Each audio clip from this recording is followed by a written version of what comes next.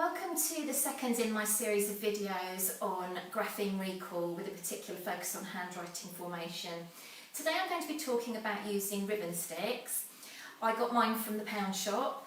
Ribbon was a little bit too long for doing this kind of activity, so I've actually cut it in half and that seems to work quite well.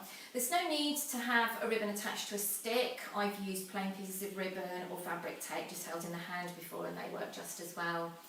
So think about 2, 3 or 4 graphemes that the child you're working with needs to practice recalling.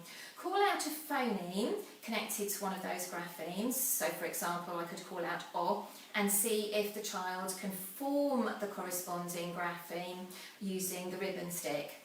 If they're finding it difficult, then you can show them the grapheme, maybe on a card or a board, and show them how it's formed. So in this instance,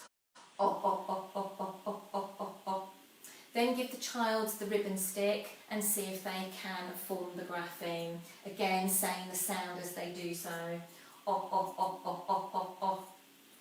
It's important for the child to say the grapheme as they're forming it, because that is what helps the brain to connect the shape of the letter, the formation of the letter and the phoneme together. Then call out another sound that the child needs to practice recalling the grapheme for, and again see if they can form that using the ribbon stick.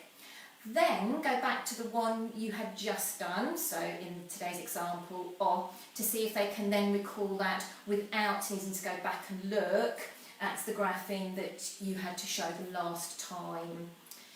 Then go on and try another phoneme. Keep coming back to any that the child has got stuck with, because the more times they practice that one, the more likely they are to be able to remember it long term. So that's another example of an activity you can use to support grapheme recall. Next time I will be back with another idea.